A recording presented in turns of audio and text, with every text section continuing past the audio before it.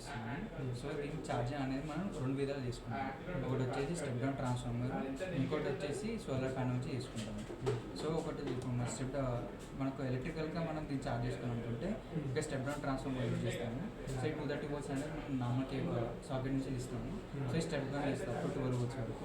ఆ 12 volts అనేది మనం ఈ బ్రిడ్జ్ రెక్టిఫైర్కి ఇస్తాం.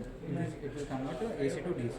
So it will take 12 volts input and will give 12 volts output. That 12 volts will be given to this battery. And also ఇక్కడ మనం solar panel ఇస్తున్నాం కదా, సోలార్ ప్యానల్ నుంచి జనరేట్ చేసిన అవుట్పుట్ అనేది అది దీనికి ఇన్పుట్ ఇస్తాం. సో ఇక్కడ నుంచి మనం బ్యాటరీ ఛార్జ్ చేస్తాం. సో మనకు లైట్ ఇండికేషన్ లేదు కాబట్టి, సన్లైట్ లేదు కాబట్టి మనకి లైట్ ఇండికేషన్ వస్తలేదు. సన్లైట్ ఉంటే మాత్రం అదే మీ సన్లైట్ ఉంటే మాత్రం మీకు లైట్ ఇండికేషన్ వస్తుంది. సో బ్యాటరీ ఛార్జ్ అవుతుంది.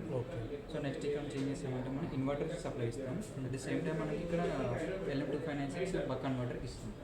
సో బక్ కన్వర్టర్ అంటే మనకి DC to DC కన్వర్టరే, బట్ స్టెప్ డౌన్ చేస్తుంది. ఏసీలో ఓల్టేజ్ స్టెప్ డౌన్ చేయడానికి ట్రాన్స్ఫార్మర్ వాడతాం, DCలో కన్వర్ట్ చేయడానికి మాత్రం డౌన్ చేయడానికి మాత్రం బక్ కన్వర్టర్ వాడతాం. దీని నెంబర్ ఏమో చెప్పారు. LM2596 మీకు డాక్యుమెంట్లో కూడా ఉంటాయి వీటి గురించి. సో అట్లా మనకి ఇన్వర్టర్కి వెళ్తుంది. మీ సిమ్ కార్డ్ హోల్డర్ కొనుక్కోండి. ఓకే, ఇక్కడ మనం AC ఇస్తున్నాం కదా. సో మనం ఇక్కడ ఆన్ చేసిన నెంబర్ ఏమవుతుందంటే, సో మనకి ఏంటంటే DC అనేది ఏసీలో కన్వర్ట్ అయ్యి ఇది AC బల్బ్ అనమాట. సో ఏసీలో మాత్రం వస్తుంది. సో దీనికి power supply, at the same time మనం వీటికి కూడా పవర్ సప్లై ఇస్తుంది. ఓకే యానిమల్స్ ఏమైనా వచ్చినా మన షాప్ పెట్టేది. ఓకే, సో నేను ఆఫ్ చేసుకుంటున్నాను.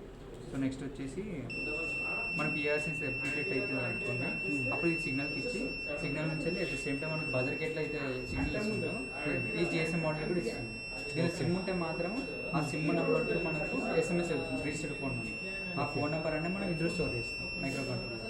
ఓకే, సో మనకి ఎక్కడ ఏ సిమ్ అని ఉన్నాడు మాక్సిమం ఎయిర్టెల్ వాడాలి, నెట్వర్క్ కోసం అయితే ఎయిర్టెల్ వాడాలి. సో అట్లా మీకు ఏ నెంబర్ దీనికి పెట్టినా కానీ మీకు కావాల్సింది ఏంటంటే ఈ నెంబర్ సెండ్ చేయాలి రిజిస్టర్డ్ ఫోన్ నెంబర్కి. అది ఏ నెంబర్తోనైనా ఉండొచ్చు. ఓకే, ఆ నెంబర్ ఇప్పుడు మనకు అలర్ట్ డిటెక్షన్ మోషన్ ఉంది కదా, ఆ టెక్స్ట్ కూడా మనం ఇందులో ఇస్తాం అనమాట. ఏ మెసేజ్ వాళ్ళకి వెళ్ళాలని చెప్పేసి అట్లా మనం దీనిలో కోడ్ చేసాం. ఓకే ఓకే, అది ఇప్పుడు మళ్ళీ మీకు ఏం డిటెక్షన్ ఖాళీ ఉంటే మాత్రం మీకు అది అలర్ట్ రాదు, సౌండ్ రాదు. జస్ట్ సిమ్ ఇన్సర్ట్ చేయాలి. అయితే జస్ట్ సిమ్ ఒకటి ఇన్సర్ట్ చేస్తే మీకు వస్తుంది మెసేజ్. ఓకే ఇంకా